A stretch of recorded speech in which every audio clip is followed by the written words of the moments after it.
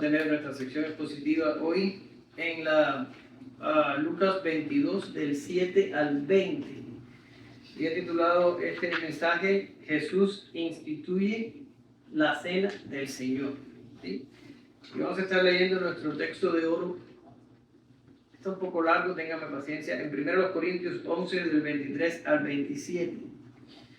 Y dice así: porque yo recibí del Señor lo mismo que os he enseñado, que el Señor Jesús, la noche en que fue entregado, tomó pan y después de dar gracias lo partió y dijo: este es mi cuerpo que es para vosotros. Haced esto en memoria de mí. De la misma manera tomó también la copa después de haber cenado, diciendo: esta copa es el nuevo pacto en mi sangre. Haced esto cuantas veces la bebáis en memoria de mí. Porque todas las veces que comáis este pan y bebáis esta copa, la muerte del Señor proclamáis hasta que venga. De manera que el que coma el pan o beba de la copa del Señor indignamente será culpable del cuerpo y de la sangre del Señor. Te damos gracias, Padre, en esta mañana por tu Hijo Jesús.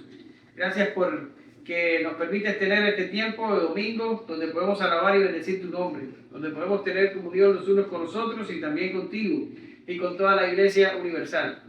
Santifícanos, ayúdanos a entrar limpios delante de tu presencia y alimentanos esta mañana con tu palabra.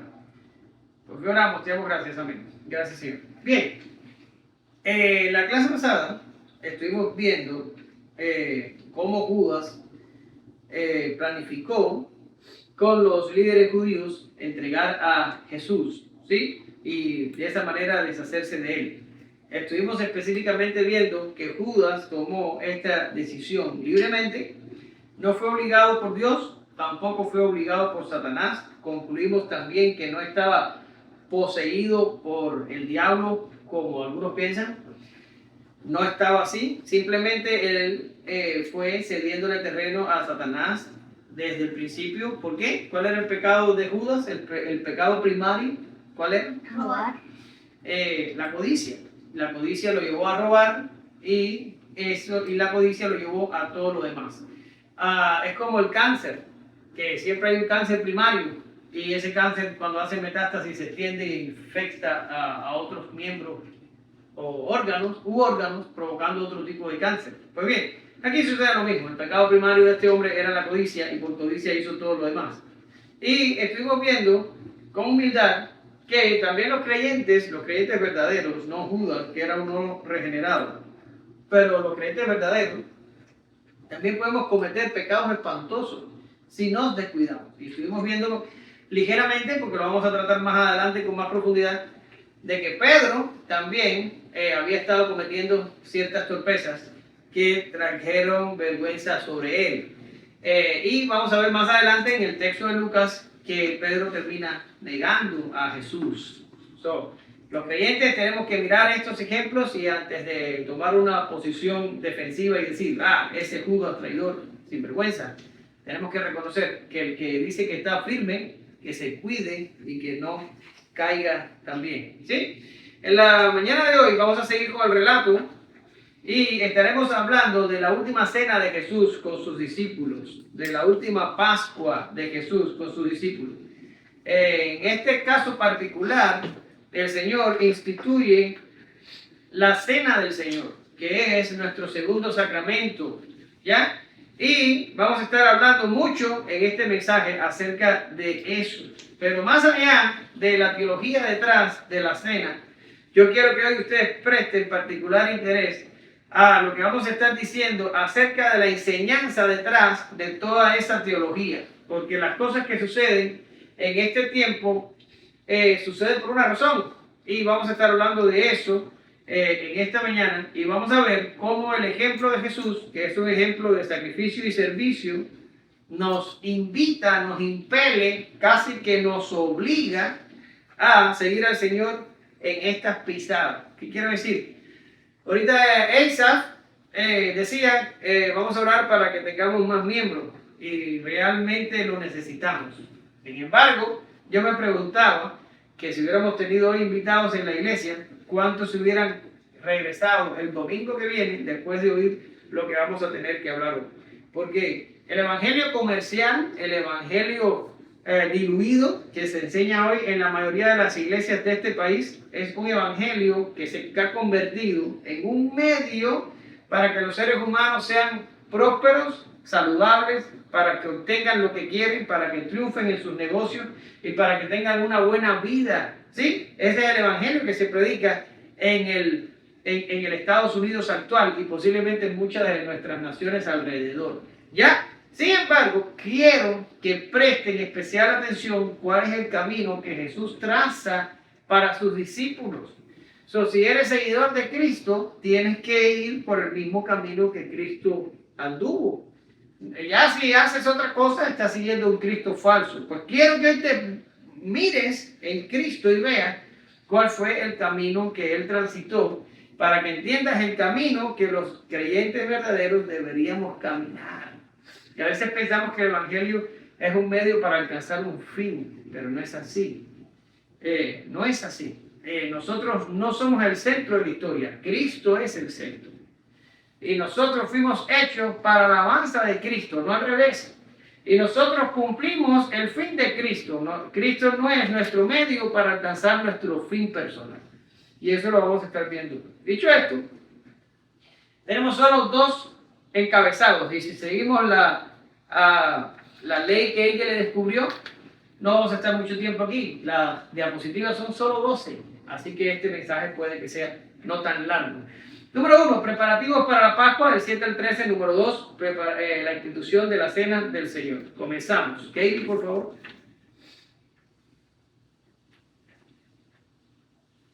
Llegó el día de la fiesta de los panes sin levadura, en que debía sacrificarse el cordero de la Pascua. Entonces Jesús envió a Pedro y a Juan diciendo: Id y preparad la Pascua para nosotros, para que la comamos. Ellos le dijeron: ¿Dónde deseas que la preparemos? Y él les respondió: He aquí, al entrar en la ciudad, os saldrá al encuentro un hombre que lleva un cántaro de agua.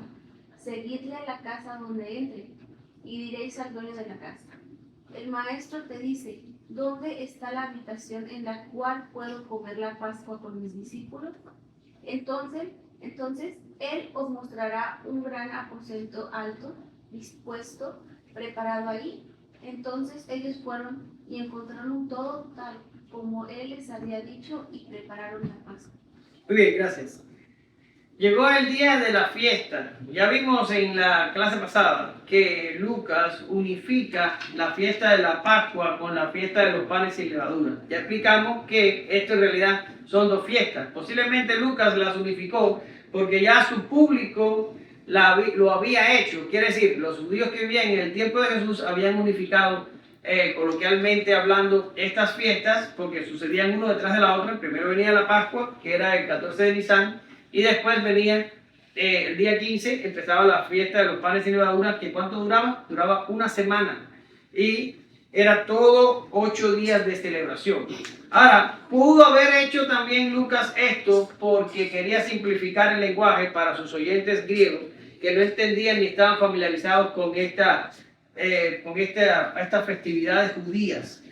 No sé si se lo dije en la clase pasada, pero habían 7 fiestas judías principales. Por si lo quieren buscar después en la bibliografía. Ahora, para hablar un poquito más solo de la Pascua, es una fiesta instituida cuando todavía el pueblo estaba cautivo en Egipto. Egipto había sufrido 9 plagas y el faraón todavía se rehusaba a dejar ir al pueblo. Y Dios decide enviar una plaga o enviar al ángel de la muerte, más bien a que matara todos los primogénitos de Egipto. Todos los primogénitos iban a morir. ¿Y cuál era la única manera que los judíos pudieron escapar de esta mortandad? Bien, el Señor instituye la Pascua y manda a Moisés que toda la familia se reuniera en sus casas, que sacrificaran un cordero, que pintaran el dintel de la puerta, que es el marco, por fuera, lo pintaran con la sangre y cocinaran ese cordero con panes sin levadura y con hierbas amargas. Usted va a decir, ¿por qué panes sin levadura? Porque los acontecimientos que iban a suceder iban a ser demasiado rápidos. Iba a venir la plaga de los primogénitos iban a morir, el faraón iba a dejar ir al pueblo, el pueblo egipcio iba a apurar mucho a los judíos para que abandonaran la nación y no había tiempo para esperar que la masa leudara y se comieron el pan así mismo sin que leudaran. En vez de esperar porque fuera pan, se lo terminaron comiendo tipo como una galleta porque no había tiempo por la premura. Incluso la Pascua se comió vestidos como para salir deprisa, tenían hasta calzado en sus pies. Por todo esto que les estoy diciendo. Pues bien, así se instituyó la primera Pascua. Si ustedes quieren, pueden ir al libro de Éxodo y ver cómo sucedieron todos esos acontecimientos en detalle. Y de ahí en adelante, la Pascua se convertiría en una celebración nacional y anual. Nacional porque la celebraría toda la nación y anual porque se haría una vez el 14 de Nisan.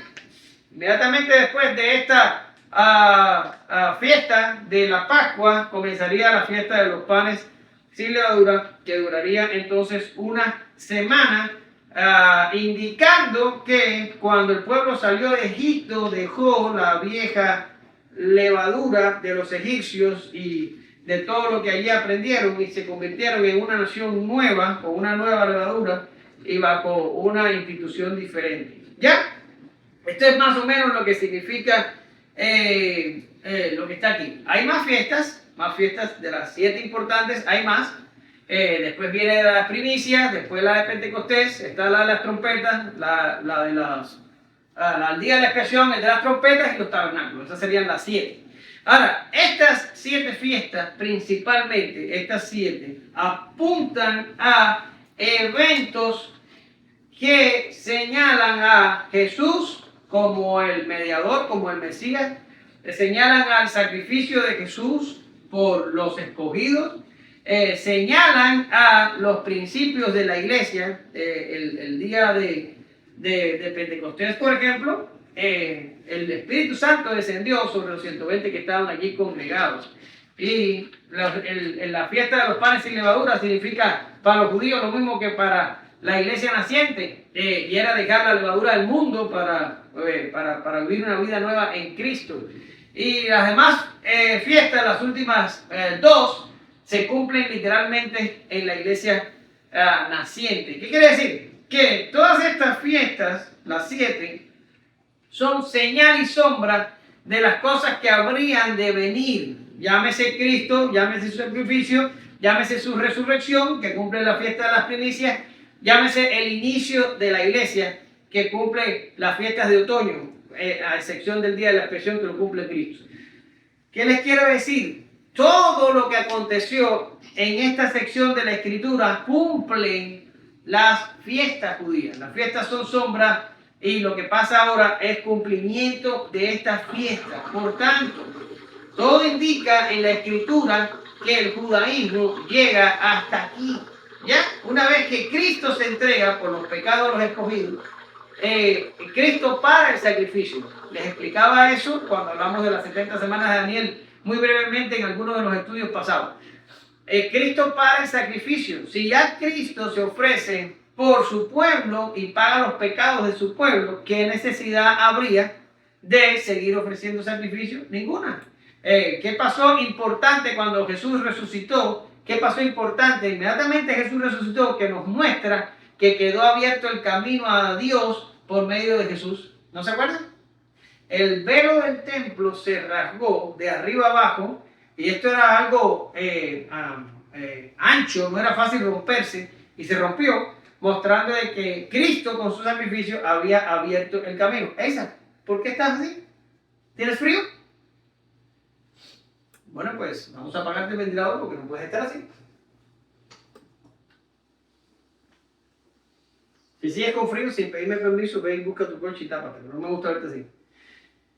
Pues bien, lo que quiero decirles, mis queridos hermanos, que hoy muchos creyentes estén diciendo que el Israel étnico va a edificar un tercer templo y que van a regresar a ese tercer templo el mismo sistema judío de sacerdotes, de sacrificios y de toda la actividad del templo. Incluso hay algunas noticias perturbadoras en internet que dicen que ya todos los utensilios del templo ya están hechos y que todas esas tradiciones han sido practicadas por los sacerdotes que supuestamente están ahora en Israel. y que están esperando solamente la edificación de ese famoso tercer templo para todo volver a ser como antes. Esto no tiene cabida en la teología bíblica. No tiene cabida. ¿Por qué? Porque el judaísmo llega hasta aquí. Las fiestas judías señalan hasta aquí y no más allá. Porque el sacrificio de Cristo lo cambia todo. Y el inicio de la iglesia cristiana cumple las últimas fiestas que restaban. Mira lo que dice Hebreos. Oye, no me dijeron que yo no había cambiado esto. Mira lo que dice Hebreos aquí. Mira lo que dice. Hablando acerca de Cristo. Entonces dijo, he aquí, yo he venido para hacer tu voluntad. Y hablando de Cristo dice, Él quita lo primero para establecer, ¿qué dice? Lo segundo. Él quita lo primero para establecer lo segundo. El libro de Hebreos, que Dios nos dé vida para algún día tratarlos positivamente con ustedes, es un libro majestuoso que trata, o todavía una carta, que trata sobre la superioridad del nuevo pacto sobre el pacto antiguo. Y básicamente Hebreos lo que está explicando es que Jesús terminó con las sombras y las formas e instauró un nuevo pacto más eficiente que el antiguo.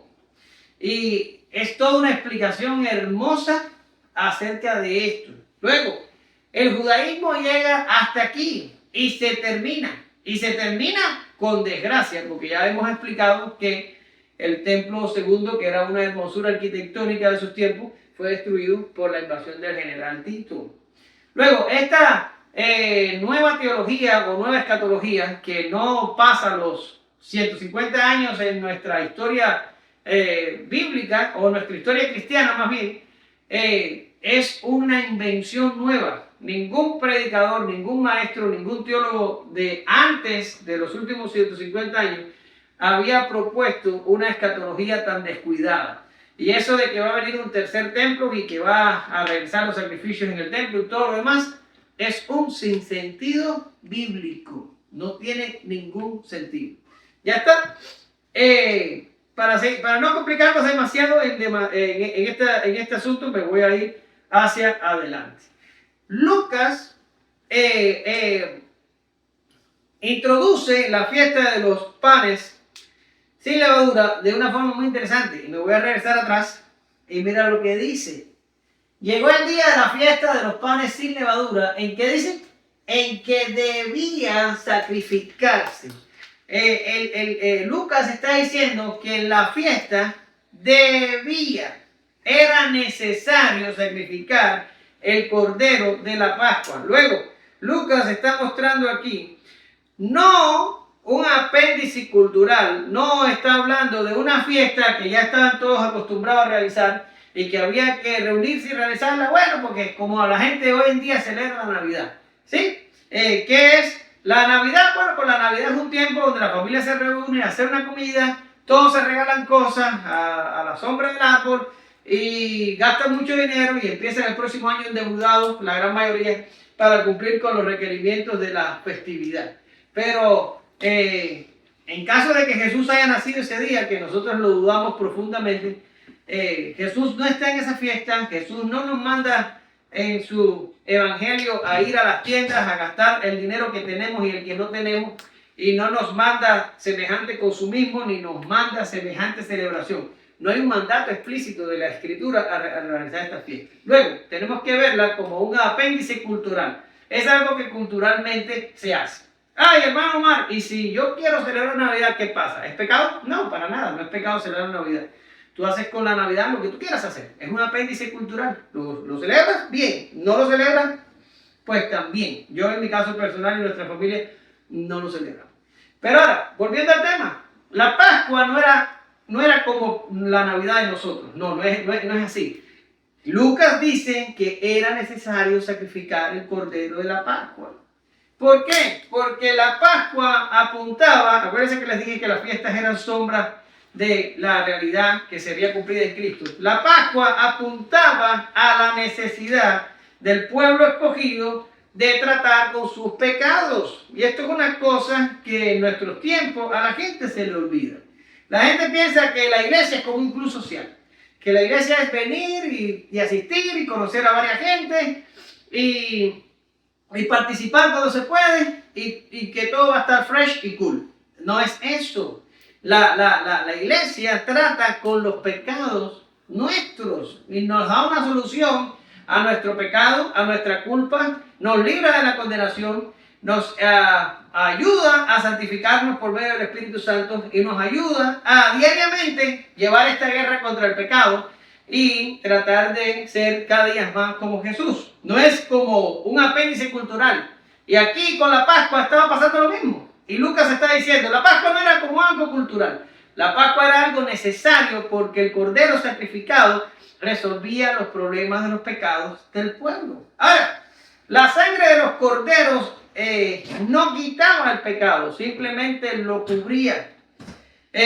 Daba una solución temporal a los pecados. Tendría que venir el Cordero de Dios, como lo identificó Juan, es aquí el Cordero de Dios que quita el pecado del mundo. ¿Sí?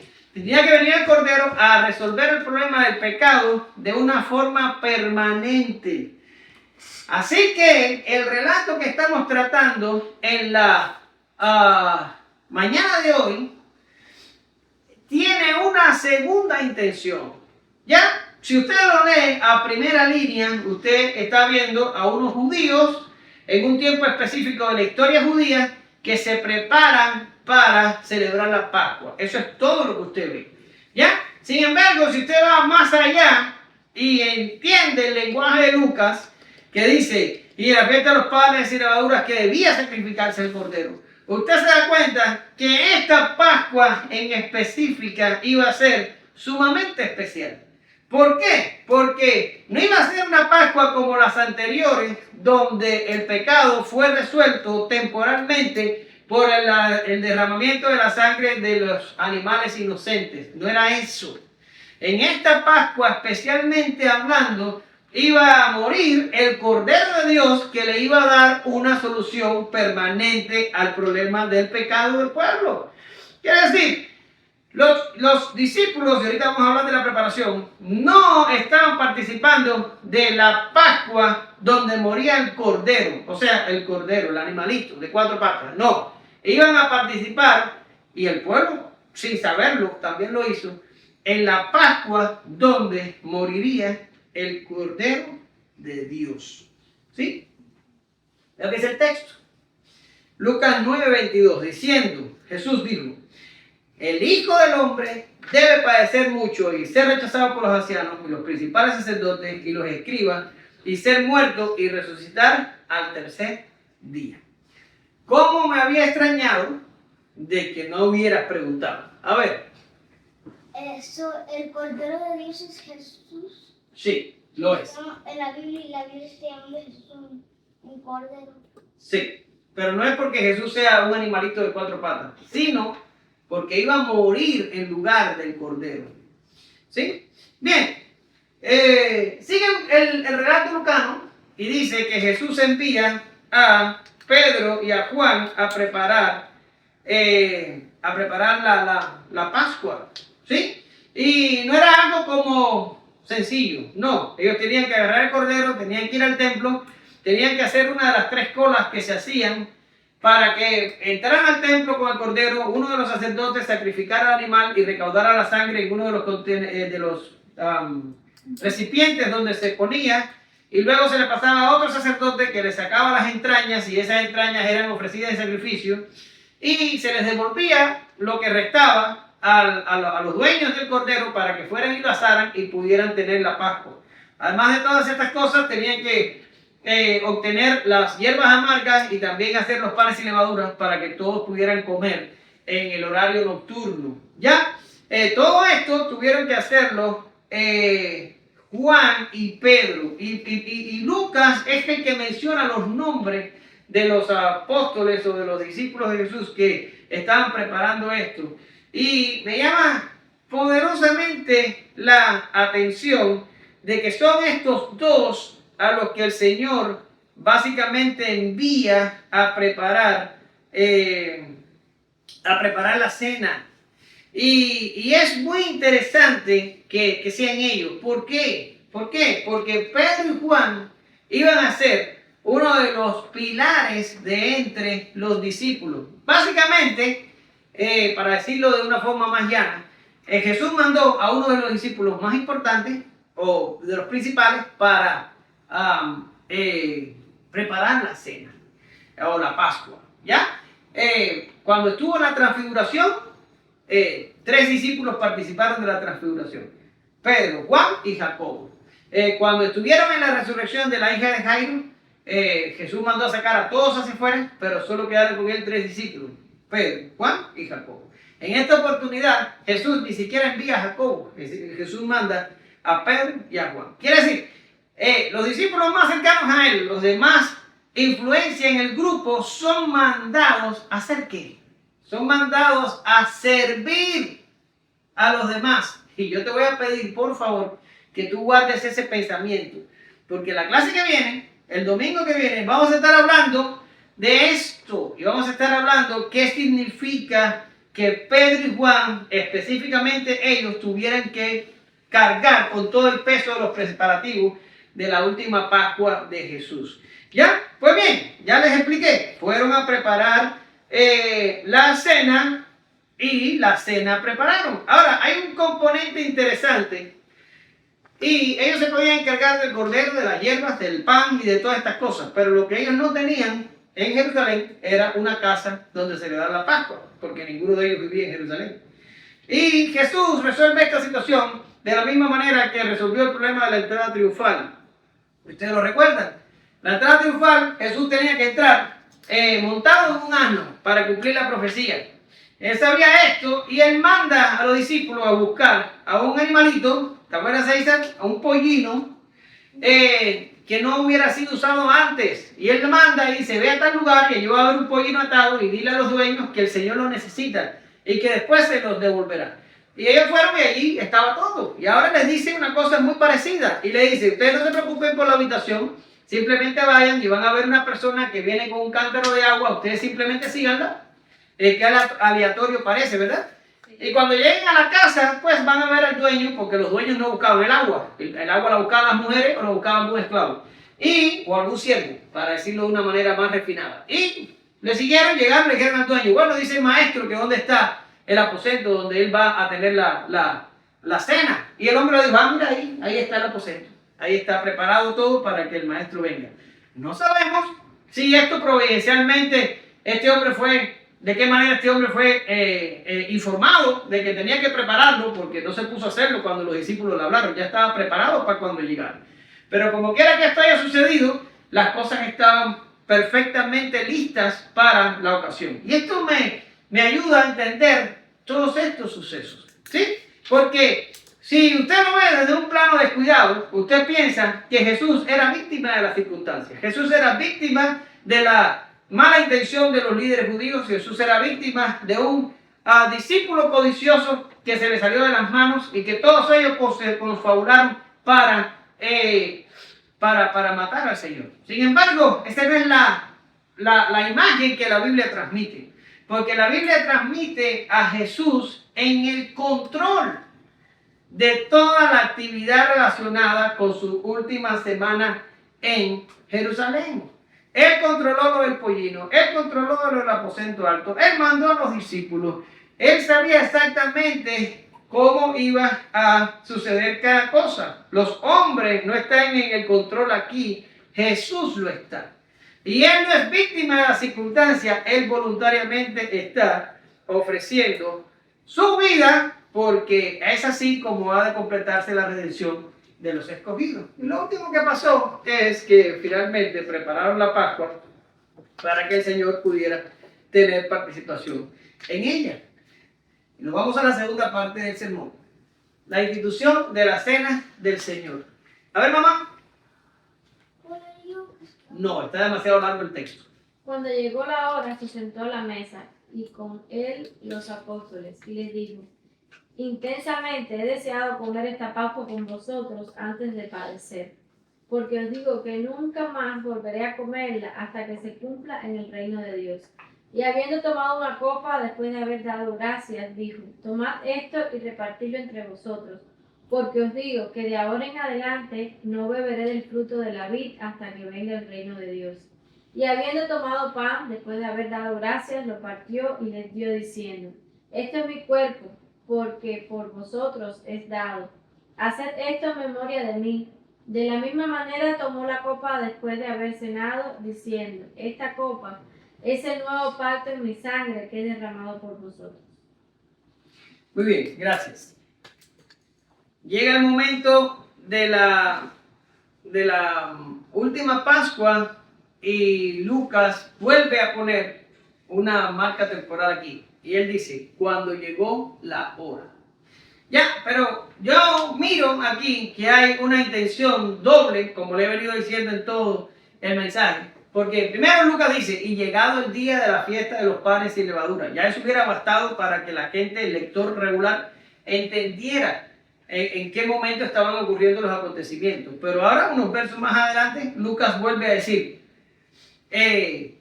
llegada la hora, cuando llegó la hora. Y entendemos que ya Lucas aquí a estas alturas no se está refiriendo a la misma marca temporal que dijo al principio, refiriéndose solo a la fiesta. Aquí está diciendo cuando llegó la hora. ¿Cuál hora? La hora en la que el Señor básicamente se entregaría por los pecados de su pueblo. El Señor estaba a punto de entrar en los eventos de la pasión. ¿Cuándo empiezan los eventos de la pasión? Empiezan en el Getsemaní. Y esta comida es la antesala al Getsemaní. Luego, Lucas dice, cuando llegó la hora, se está refiriendo a que ya todo ha sido cumplido y todo está servido y preparado para que el Cordero de Dios sea sacrificado. Mira el mismo lenguaje de Jesús en una oración que Jesús va a hacer en esa cena.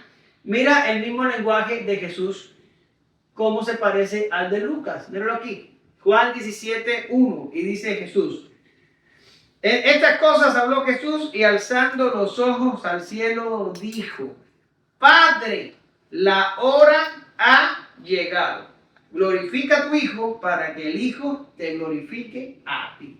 Sí, lo que Judas quiere, lo que Lucas quiere decir aquí es que la hora que ha llegado es la hora en la que el Cordero de Dios va a ser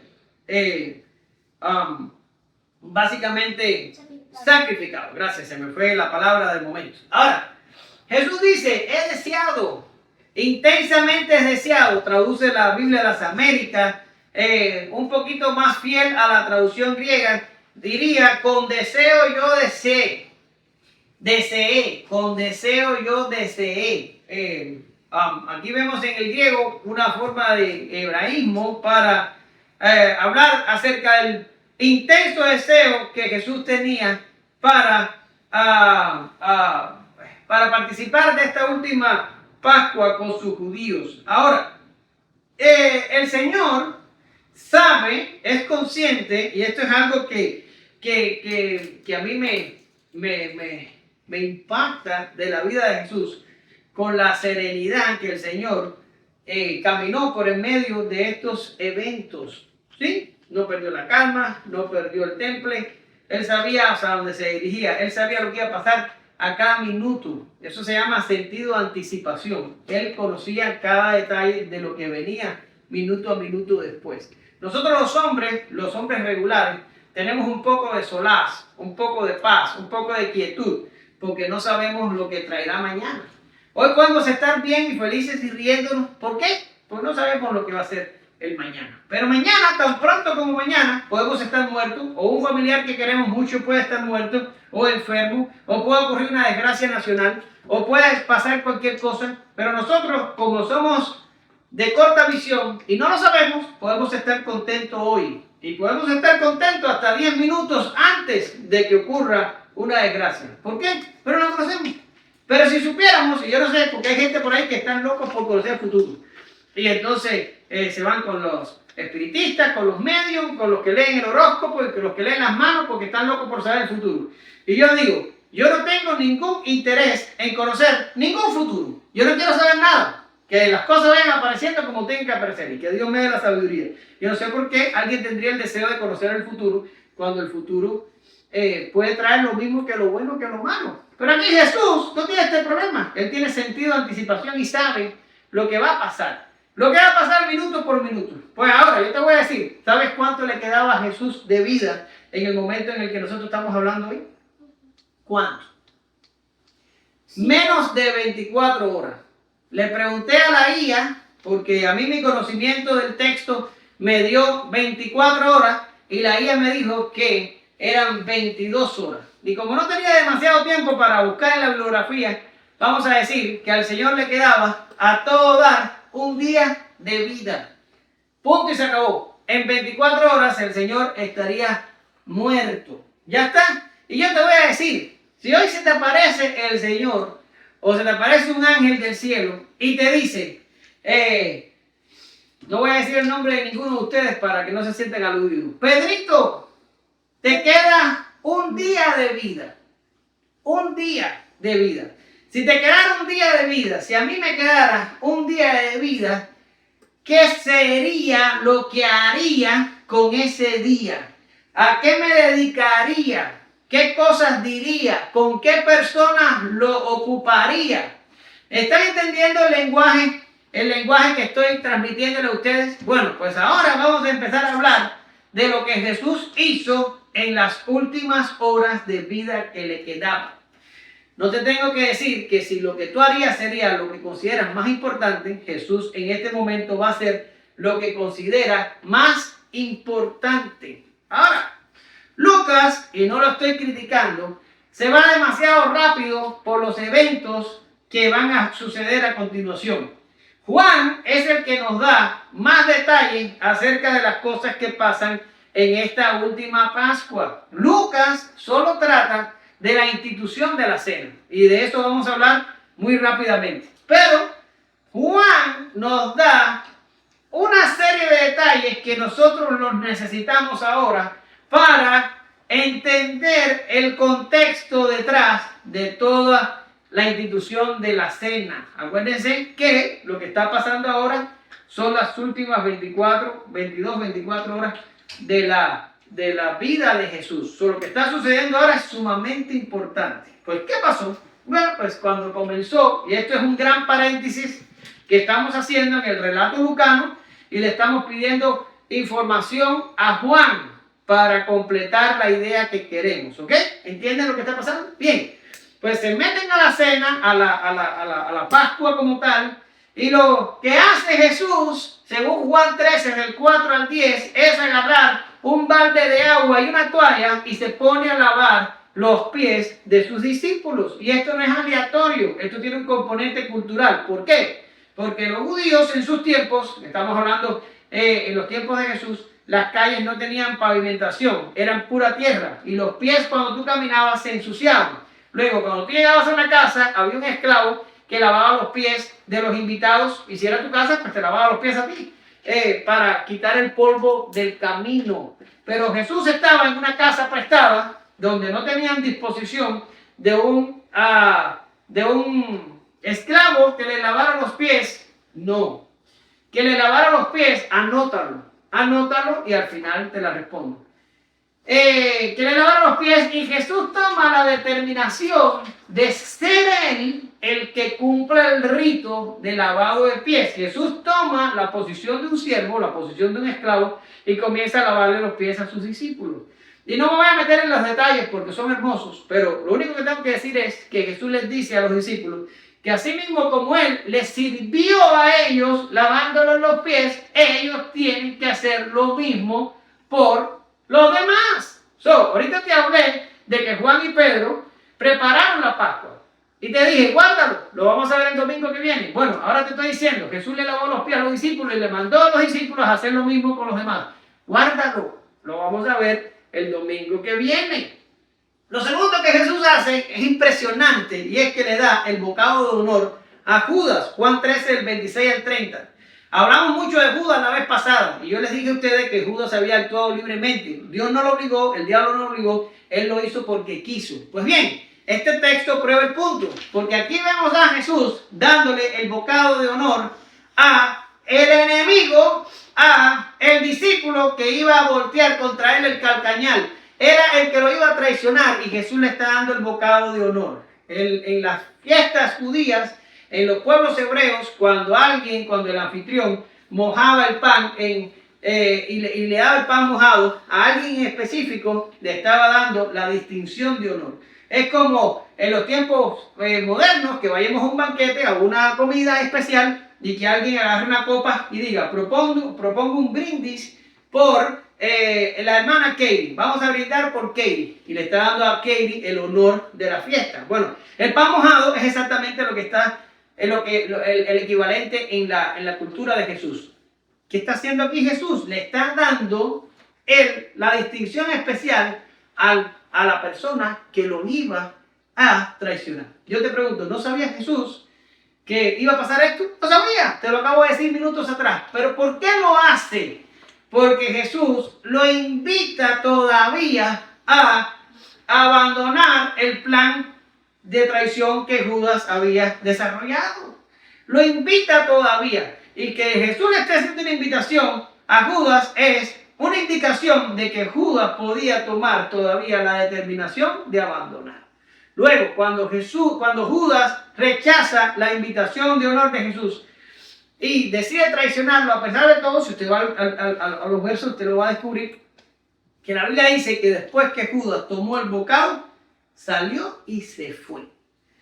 Ya después que Judas hace eso y se va, a mitad de la cena, Judas queda a merced de Satanás y completa su traición. Eso fue lo segundo que hizo. Primero, le lava los pies a los discípulos, Judas incluido. Segundo, le da la distinción especial al traidor. ¿Se da cuenta? Jesús se presenta como un sirviente y Jesús se presenta como un amante de sus enemigos.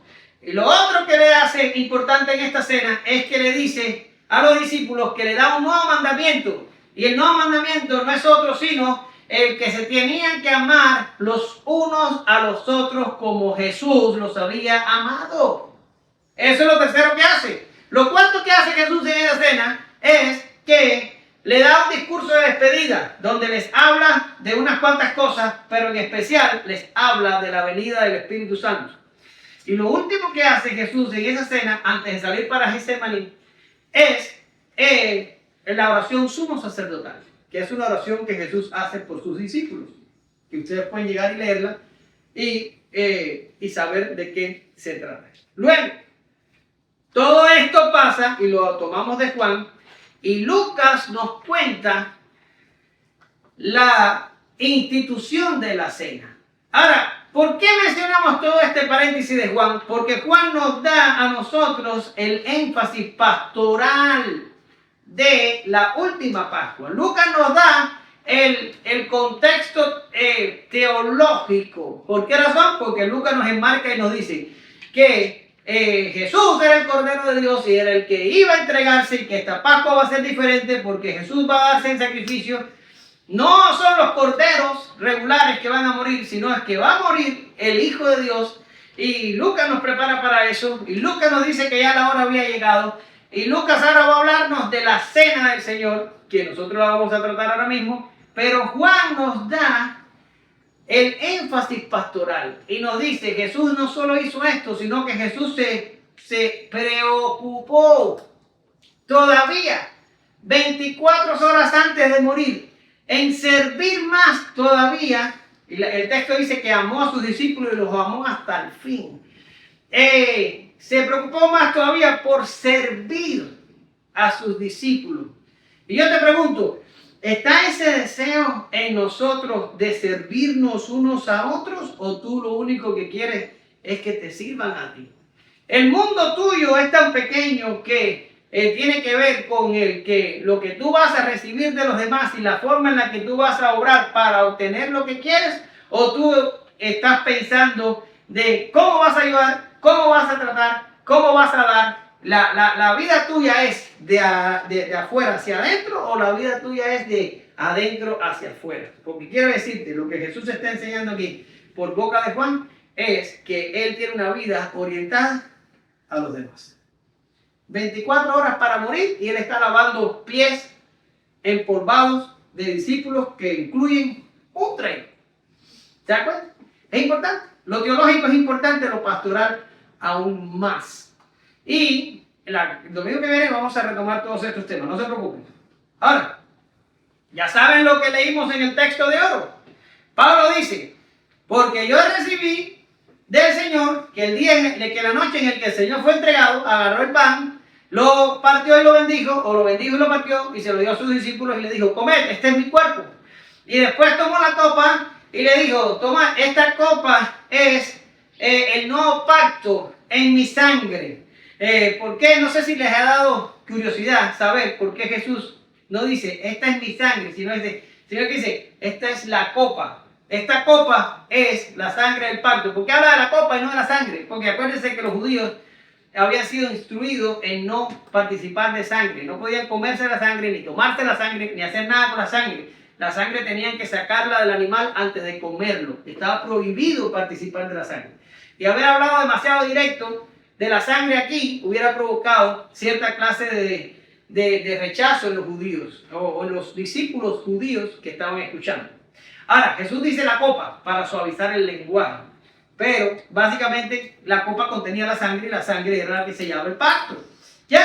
Entonces, Jesús instituye la cena y Jesús dice, hacer esto en memoria de mí. Y yo te pregunto, ¿qué es lo que está queriendo el Señor que nosotros recordemos? Que Él agarró pan y lo partió y lo dio, y que Él agarró vino y lo dio y bebieron todos de la copa. ¿Es eso? ¿O el Señor lo que quiere que tú y yo recordemos junto a todos los demás creyentes que han existido hasta hoy? Recordemos que esta noche el Señor fue apresado y que el Señor se entregó en sacrificio por nuestros pecados. El Señor quiere que tú recuerdes de qué textura es el pan o cómo funcionan los elementos en la cena y toda la teología que hay detrás. Pues el Señor quiere que tú entiendas que esa noche Él agarró un balde y le lavó los pies a los discípulos y les mandó a que hicieran lo mismo. Yo te pregunto, ¿el Señor quiere que tú recuerdes la cena como tal, o el Señor quiere que tú entiendas que el camino del discípulo, que es el mismo que el camino del maestro, es un camino de sacrificio y de servicio por los demás? ¿Qué será lo que el Señor nos está mandando aquí a recordar? Cuando Pablo les escribe a los corintios estaban bajo juicio de Dios y estaban muriéndose algunos y enfermándose otros porque ellos habían tomado indignamente la cena del Señor. La pregunta es imperativa. ¿Y qué significa tomar indignamente la cena del Señor? O no tener en cuenta el cuerpo y la sangre del Señor en la cena. ¿Qué significa esto? Bueno, pues él lo explica la carta a los Corintios. ¿Y qué estaba pasando? Que en la iglesia en Corinto habían creyentes pobres y habían creyentes con un poco más de dinero, creyentes ricos. ¿Y qué ocurría? Que los ricos venían con comida y abundante y con bebidas abundantes al ágape que se realizaba en los cultos cristianos. ¿Sí? ¿Qué es lo que era el ágape? Era una fiesta que se hacía donde la cena se compartía. ¿Ya? Y el pobre venía con nada. Venía con hambre. Venía sin recursos a esa cena. ¿Y qué es lo que pasaba? Que en la cena los ricos, los creyentes ricos, menospreciaban a sus hermanos pobres. El pobre no comía, el rico se saciaba y hasta algunos, escucha, se emborrachaban en la cena. ¿En serio? ¿En serio que eso era lo que pasaba? Y Dios dijo así, ¡bum, bum, bum! Empezó a matarlos. Y Pablo le dice, no han entendido nada. No se pueden acercar a la cena si se menosprecian entre ustedes mismos. No se pueden acercar a la cena si el rico vive su vida de rico sin importarle al pobre y lo deja que padezca necesidad en la misma presencia del Señor. No se pueden acercar a la cena si son un par de egoístas. No se pueden acercar a la cena si nada más quieren que los demás les sirvan. No se pueden acercar a la cena pensando de que ustedes son lo más importante, porque no lo son. Y sin aviso, el Señor ya andaba lejos matando gente dentro de la iglesia de Corinto. Y Pablo le dice, por eso es que algunos se han muerto y que algunos están debilitados en medio vuestro, porque ustedes son una partida de egoístas. Y cuando Jesús dice, hacer esto en memoria de mí, ¿cuál es la memoria? Es la memoria del sacrificio, es la memoria del servicio, es la memoria del desprendimiento. Por eso les decía al principio, si hubiera venido alguien aquí de visita hoy y hubiera oído de que se tiene que despojar, de que se tiene que sacrificar, de que tiene que servir a sus demás hermanos, ¿será ese el cristianismo que quiere nuestra sociedad moderna? ¿Ese es el cristianismo? Difícilmente lo creo.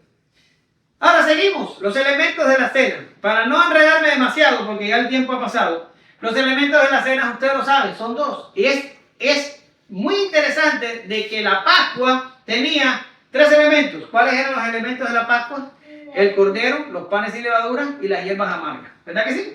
Cordero, panes sin levadura y hierbas amargas. Sin embargo, cuando Jesús instituye la cena, Jesús instituye la cena con el pan y con el vino. No usa al cordero. Y yo te voy a preguntar, ¿por qué no usa al cordero? Correcto. Porque Cristo es el cordero. El cordero que fue sacrificado. Luego en la cena nosotros no sacrificamos nada. Que ese es el problema de la Eucaristía católica. Que ellos hacen la cena y ellos dicen que en la cena se produce un sacrificio no cruento, o sea, un sacrificio sin sangre. Prioridad se madre, ellos lo llaman sacrificio.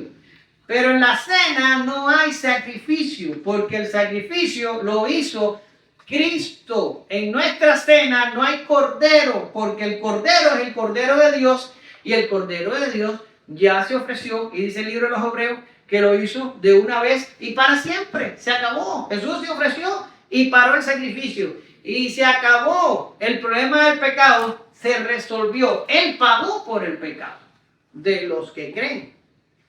¿Sí?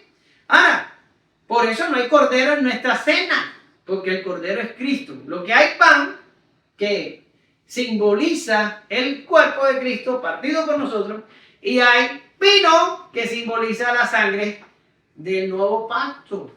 ¿Lo ven? Esos son los 2 elementos de la cena que Jesús instituyó. Ahora, hay una cosa que ha traído guerras y discusiones interminables en los teólogos de todas las épocas, porque se ha debatido mucho sobre la presencia de Cristo en la cena. ¿Ya? Porque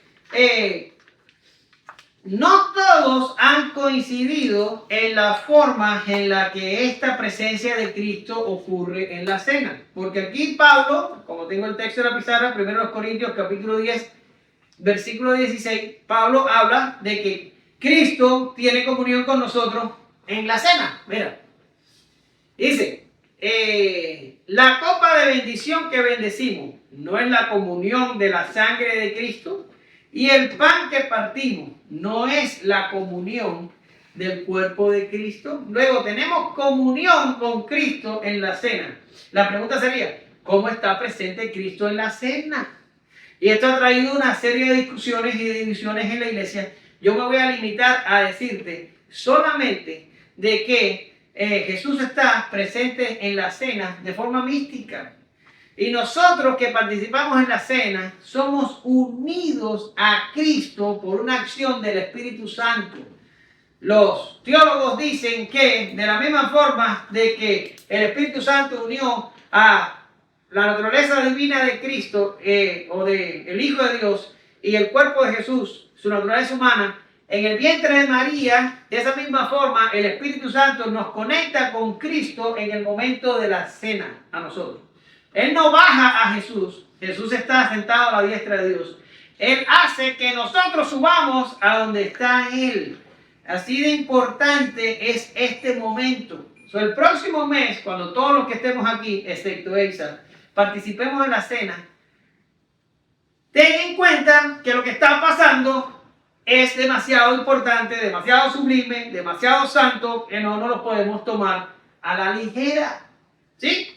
Y de esa manera mística Jesús está presente en la cena. Si ahora te preguntaran y te dijeran, hey, prepárate, que vas a ir a entrevistarte con el gobernador de Texas la próxima semana. No voy a poner Trump porque sé que no te va a gustar mucho entrevistarte con él. Pero vamos a suponer que vas con el gobernador de Texas. Seguro que te vas a buscar un vestido de los mejores que tienes, te vas a preparar, te vas a peinar adecuadamente y te vas a presentar con el gobernador de la mejor manera que tienes. Porque es presentarte con el gobernador. ¿Sí? Es entendible. No vas a ir en chancleta y en cualquier jean y con el pelo despeinado. No vas a ir así. De seguro que no vas a ir así. Pues yo te pregunto, cuando te presentas a la cena, te presentas a un encuentro con Jesús. Y olvídate de la ropa y la apariencia exterior, que es importante pero no es definitoria. Pero ¿cómo está el yo interior cuando te presentas a la cena? ¿Sí? Eso es algo que tenemos todos que valorar. Vamos a hablar de la gracia del sacramento. Hay gracia en la cena porque la gracia viene de Jesús. Y si tenemos comunión con Él, recibimos gracia mediante el sacramento. Ahora, el sacramento no tiene gracia en sí, ni opera la gracia en nosotros. La gracia es operada por el Espíritu Santo y la gracia está en Cristo. Al ser conectados con Él, recibimos gracia, nos fortalecemos en la gracia, crecemos en la gracia y por eso es que es un mandato para que hagamos regularmente. Es como recargar baterías de la gracia. ¿Ya está? Ahora, vamos a hablar un momentico de algo hermoso que tiene el sacramento y es la atemporalidad del sacramento. ¿Qué significa atemporalidad del sacramento? Que el sacramento, ¿cómo decir? Se extiende en el tiempo sin que el tiempo le afecte. ¿Por qué? Porque el sacramento trata de el pasado, el presente y el futuro. Jesús dijo que cuando hacemos la cena, la muerte del Señor, o sea, de Él, anunciamos hasta que Él venga. ¿Qué significa? ¿Qué está pasando aquí? Bien, el sacramento ocurre en el presente. Nosotros comemos y tomamos los elementos de la cena en el tiempo presente, pero nos comunica con el sacrificio de Cristo, porque Él es el Cordero que murió para quitar nuestro pecado, pero nos comunica con nuestro futuro en los lugares celestiales con Cristo, porque por medio de la cena también anunciamos que Jesús regresa por su pueblo. Quiere decir que el sacramento como tal es atemporal porque se extiende en el tiempo sin que el tiempo lo afecte. Trata del pasado, trata del presente y trata del futuro. Y esta propiedad del sacramento es algo que también debemos tener presente los creyentes. ¿Por qué? Porque tenemos que tener en cuenta del mundo en que salimos y de la podredumbre de donde el Señor nos rescató para que no querramos regresar a Él. Tenemos que vivir nuestro presente santificándonos y dejando que Jesús viva nuestra vida. Pero tenemos que tener nuestra vista fija en el cielo donde está Cristo sentado y donde un día regresará para llevarnos a nosotros ahí. La vida del creyente es una vida que transcurre exactamente igual que el sacramento. Tiene relación con el pasado, tiene relación con el presente, pero sobre todo apunta a una realidad futura donde Cristo vivirá para siempre con nosotros. La pregunta es, cuando una persona está demasiado anclada a este mundo, difícilmente pueda ser considerado cristiano. Los cristianos tenemos perspectiva celestial. Sabemos que nos dirigimos al cielo. Y esto nos ayuda a entender la cena del Señor. Ahora, atemporalidad y la comunión de los creyentes. Ahorita te dije que cuando hacemos la cena, Cristo está presente en la cena porque el Espíritu Santo nos permite tener comunión con Él. No es que baja a Cristo, pero nos sube a nosotros. Bien, tenemos comunión con Cristo durante la cena. Pero vamos a ir un momentico al momento de la Pascua judía que celebraron Jesús y los discípulos allí. Cuando Jesús agarró la copa, Jesús le dijo, tomen de esta copa, y compartieron la misma copa. Los discípulos tomaron de la sangre de la misma copa de Jesús. Ahora, ellos no están celebrando la cena del Señor, ellos están celebrando la Pascua judía. ¿Entienden lo que está pasando aquí? No va a ser que el próxima cena todos quieran tomar de la misma copa, no va a pasar. Pero estamos hablando de Jesús y los discípulos, compartieron la copa. Ahora, en la institución de la cena. Ahora, ¿qué pasa aquí? Que cuando, culturalmente hablando, cuando los judíos, cuando los discípulos toman de la copa de Jesús en la institución de la cena y en el contexto de la Pascua judía, los discípulos sabían lo que eso significaba. ¿Y qué es lo que significaba? Si yo tomo de la misma copa de otra persona, estoy diciendo que yo y esa persona yo estoy aceptando el destino de esa persona como mi destino.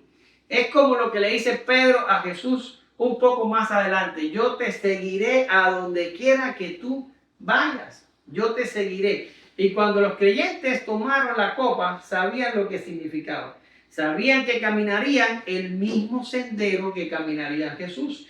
¿Cuál fue el sendero que caminó Jesús? El sendero de la muerte, el sendero del sufrimiento, el sendero difícil. ¿Y cuál fue el sendero que caminaron los discípulos? No te tienes que esforzar. Lo pones en Google y decir, ¿cómo murieron los discípulos de Jesús? Y te vas a dar cuenta que todos ellos, excepto Juan, murieron de una forma muy parecida a la que murió Jesús. Fueron pasados por espada, muertos crucificados, muertos de unas cuantas maneras, pero todos enfrentaron la muerte. El sufrimiento, la muerte, el sacrificio y todas estas cosas han sido el estandarte de la iglesia en toda su historia. Solo ahora los creyentes viven vidas cómodas, alejadas de todo sacrificio. Y te digo, ¿cuántos creyentes permanecerían creyentes si los creyentes hoy estuvieran enfrentando persecución, muerte y todo lo que sufrieron los primeros cristianos? Yo quisiera saber cuántos creyentes habría en las iglesias. Ahora, no solo hay comunión con Cristo en la cena, hay comunión unos con otros. Hay comunión entre creyentes. Y esto es una cosa que tenemos que entender todos. Como una congregación que somos, si uno sufre, todos sufrimos. Y como somos una congregación, cuando uno celebra, todos celebramos. Si tú vives dentro de una congregación cristiana y tú vives tu vida dentro de la congregación cristiana y las demás vidas de los demás creyentes no te afectan, tú no estás conectado a la comunión de los creyentes. En otras palabras, tú eres un advenedizo, tú eres un extranjero, tú eres un extraño. Si estás conectado a la congregación es porque estás conectado a Cristo. Voy a decirlo de otra manera, porque el conectado suena a conexión de internet. Si estás unido, si estás en comunión con Jesús, estás en comunión con tus hermanos. Si hay en la congregación uno que sufre, todos sufren. Si hay en la congregación uno que se alegra, todos se alegran. No existe tal cosa como, ok, que te vaya bien, arréglatelas como puedas. Voy a estar orando por ti. Y se van, y a ti que te las arreglen. No. La comunión entre creyentes hace que la comunidad de creyentes funcione como una sola y que acepten el mismo destino. Este es el mensaje de la institución de la cena.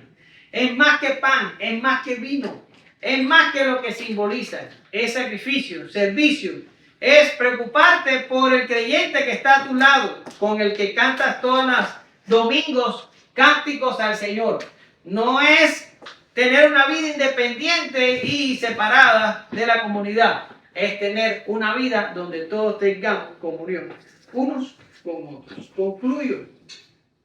Cuando comemos el pan y tomamos el vino, confesamos que así como nuestro cuerpo es nutrido con los elementos, el Espíritu Santo nos llenará de la gracia de Cristo.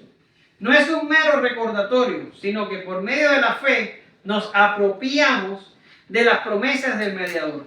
Pero esto no se queda en el plano espiritual, sino que se refleja en nuestra vida diaria.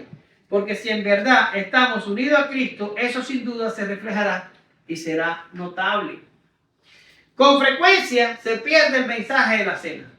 que no es abstracciones teológicas ni discusiones sin fin, tampoco es misticismo ni falsa espiritualidad. Su mensaje es fuerte y claro.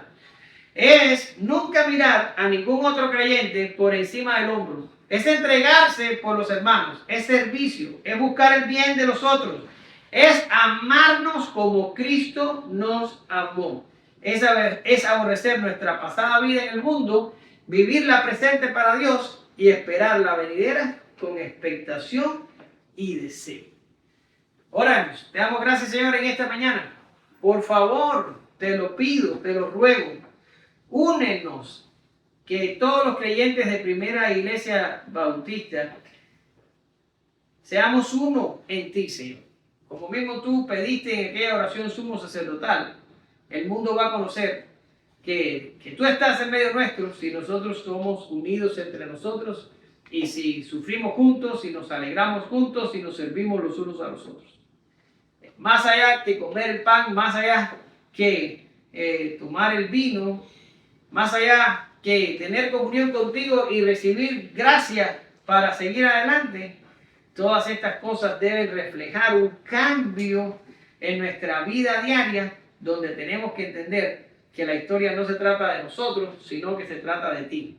Y que entre nosotros debemos vivir en comunidad, sirviéndonos los unos a los otros y mirando cada uno de nosotros por el bien de nuestros hermanos. No somos planetas perdidos en el espacio. Tú has salvado un pueblo y nosotros somos parte de él. Y tú esperas que nos amemos unos a los otros y que funcionemos como tal. Señor, quita de nosotros el orgullo, el egoísmo, quita de nosotros cualquier avaricia y que nosotros podamos ser, Padre, como tú quieres que seamos, reflejando en todo momento la faz de Cristo. En el nombre de Jesús oramos, te damos gracias. Amén. Gracias.